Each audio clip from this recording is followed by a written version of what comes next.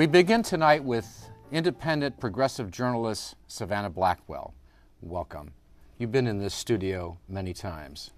You were a main reporter for the Bay Guardian, and you've been working or writing, contributing at the Progressive, and now you work at the Daily Journal. Now, which do you like the most? Well, I would say that it is really hard to beat the experience of getting to cover City Hall for a very aggressive paper when Willie Brown was mayor. That's dream, isn't it? It is. It's a journalist's dream. It really is. And the Bay Guardian, and particular publisher Bruce Bregman and editor Tim Redman, gave me a tremendous amount of support over the years and the freedom to do longer pieces and investigative work, and for that I will always be grateful. Very good work. Thank you. And I do want to come back to the Bay Guardian, but you know, I read a very long article, or actually interview you did of Gavin Newsom. Mm-hmm. And I think it's a great way to start this whole discussion about progressives, in that several times in that interview with you, he called himself a progressive. Do you recall that? Oh, yes. Yeah. Now, I think that confuses me a bit. What do you think is the definition of progressive if he can call himself a progressive? Well, I think that Newsom sees him. There's always a little bit of a conflict, I think, between what he deep down really wants and how he really thinks of himself, and sometimes what he ends up having to do because of where his support lies.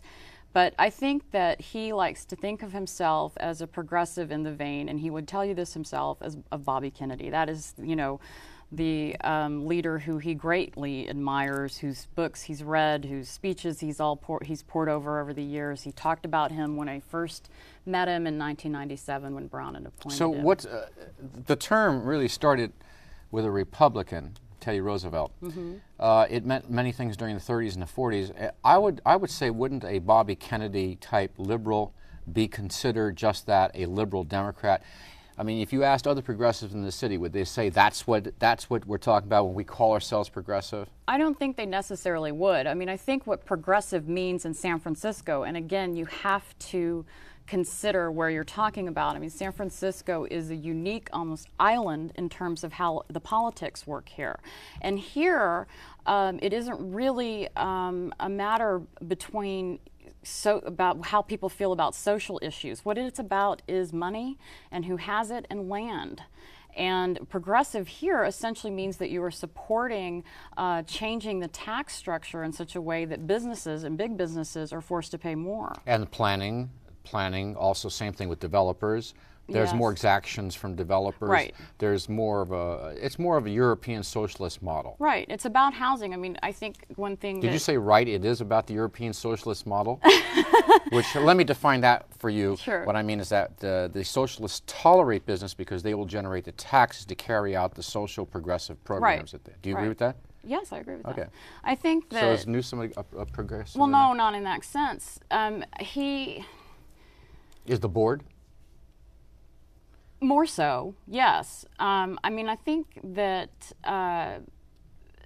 Newsom, I remember what I was pushing him on that in that interview was whether or not he would use his bully pulpit, as he did with gay marriage, to argue for the repeal of Prop 13.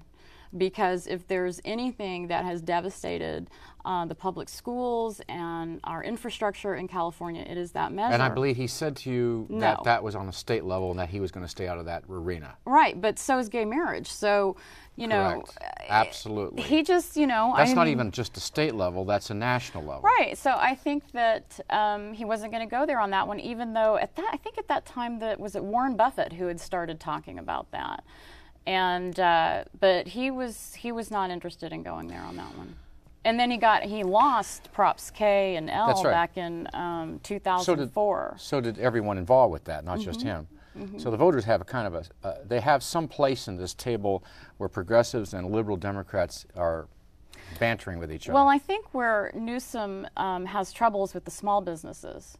and this has certainly come up in the recent controversy over the health care plan. His health care plan and Amiano's, or to some extent, they're one and the same. And I remember back in February, it was at the end of February, I think it was March 1st or somewhere between the 1st and 8th, I ran into Eric J., one of Newsom's advisors, and he was talking about this healthcare plan. What do you think about this? And he was really excited about it. He said, we're going to get 85,000 people who have no insurance to have insurance, and this is how we're going to do it. This is before the Amiano plan. No, the Amiano plan, I think, was rolled out last fall, so that was already moving, and they would have known about that. But, I mean, I said to him, the first thing I asked was, what are you going to do about those small businesses that made you lose K&L? Where are they going to be on this? Are you prepared for that? Because he told me, some figure, I can't remember exactly what it was, if it was 100 million, something like that, was going to have to come from businesses. And he gave me the impression that they knew that they had a handle on that. I don't think so. So, well, I mean, we're disagreeing with him, Jay. Right. We're not disagreeing with the small business community. Right. I mean, they're outraged. Yeah, and I think that I'm of two thoughts on what's happened with that one. Either they simply were not able to get in any business, because you have the Committee on Jobs and the Chamber of Commerce out against this as well, down with this plan, or what they figured was they can avoid taking the hit for the fight by pointing out that Amiano's got, what, eight backers on his plan? And so strictly speaking, Newsom can't do anything about that. But the veto would be... I agree, but isn't that the overall theme that that interview, by the way, that we were talking about earlier, I believe was in 2005, so it's somewhat dated. 2004. Yeah, 2004, so it's very dated. Right. But isn't that really what's going on here, is that the mayor is really, in effect, deballed? I mean, if he can't really get anything done at the board, and that he pretty much follows the lead of the agenda, or at least some have said the agenda is set by the board, not by him.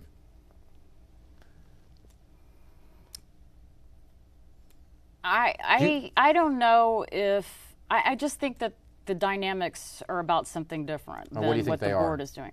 Well, I think it's more about his national ambition, frankly, and I think that he's already thinking about. In fact, I know he's already thinking about where he wants to go after this, and the issue is. What do you mean? You know that he's thinking that way? Well, I mean, I don't think that this comes as any surprise to people, but if you look at where he was positioned, for example, in his speech at the state convention this year, was very high profile speech. And I mean, Dianne Feinstein has let it be known in Democratic Party circles, I am told, that she wants him to succeed her.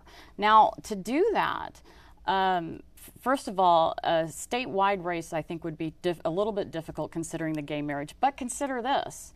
Assemblymember Mark Leno was telling me that he feels very, very optimistic that he's going to get that bill passed, the marriage bill. That's 80 people in the Assembly and 40 people in the state Right, Senate. And that Schwarzenegger will not veto it this time. So if you're talking about, 5-6 years from now, I can't remember exactly when it would be, that Feinstein would retire. At that point, gay marriage will be legal in California. I know, but you see what I'm saying? But the fact is, although it's being fought at this week in the state Supreme Court, right, the voters clearly, at least the last time they had a chance, spoke out quite definitively about the issue. But that's not the point. What I'm making is, if he runs, is he running as a progressive, or is he running as a liberal, or is he running as a moderate? For what? His next office. He'd be running as a moderate liberal. Okay, so in other words, then you don't consider him a progressive in the long run. By San Francisco standards? Yes. No. How about by the nation standards? Yes. So he would be running as a progressive nationally, or they would view him that way.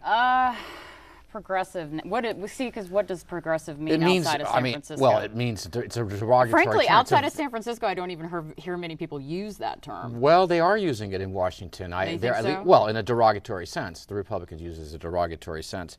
I think he would want to avoid that label on a national level. But getting to a larger level, because we're running out of time. But I guess what I was trying to get to is this point, that even though there are big plans for him, he can't fall asleep at the wheel here in San Francisco for the next 5 or 6 years. And he's losing support with the major newspapers. Yes, but in an interview he did on KCBS, he both admitted that the homeless problem is not solved, as anyone can see right now, and that the homicide rate is now, as I understand it, going at a faster rate than last year, which was a near record rate. When those things happen, then how does a progressive like yourself view him, or as a journalist, how do you view him in terms of his performance?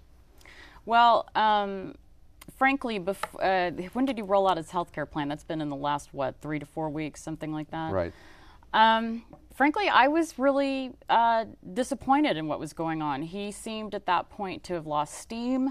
I was hearing from people who are close to him that he wasn't focused on what's going on, that he was kind of mentally checked out. And I think the taxi commission thing is an example of what kind of came up and bit him on the rear when that was happening. I think he's trying to refocus. Okay, let's conclude. You did endorsements at the San Francisco Progressive. All of them lost, although I supported Prop D on Laguna Honda. I did as well, very it's a strongly. tragedy. Yeah. I think the left was wrong on that. Okay, I agree. But the point is that is the city progressive if so many issues that are endorsed by the progressive movement do not get passed by the voters, then is it that the leadership is very progressive and the voters are still very moderately, if not centrally, let's say liberally conservative? I think that it remains about the same, that people who consistently vote progressive, and again, I hate sometimes using those labels because people fall in different areas. It's a spectrum, I think. But it was your 30%. You created the website for that very reason. You said progressives needed to unite after the Matt Gonzalez defeat. It's been progressive talking about the fact that they do need to get together and define themselves. But are they out of step based on the voting? They're with 30% of the vote. Yeah. That's what they that's what they remain.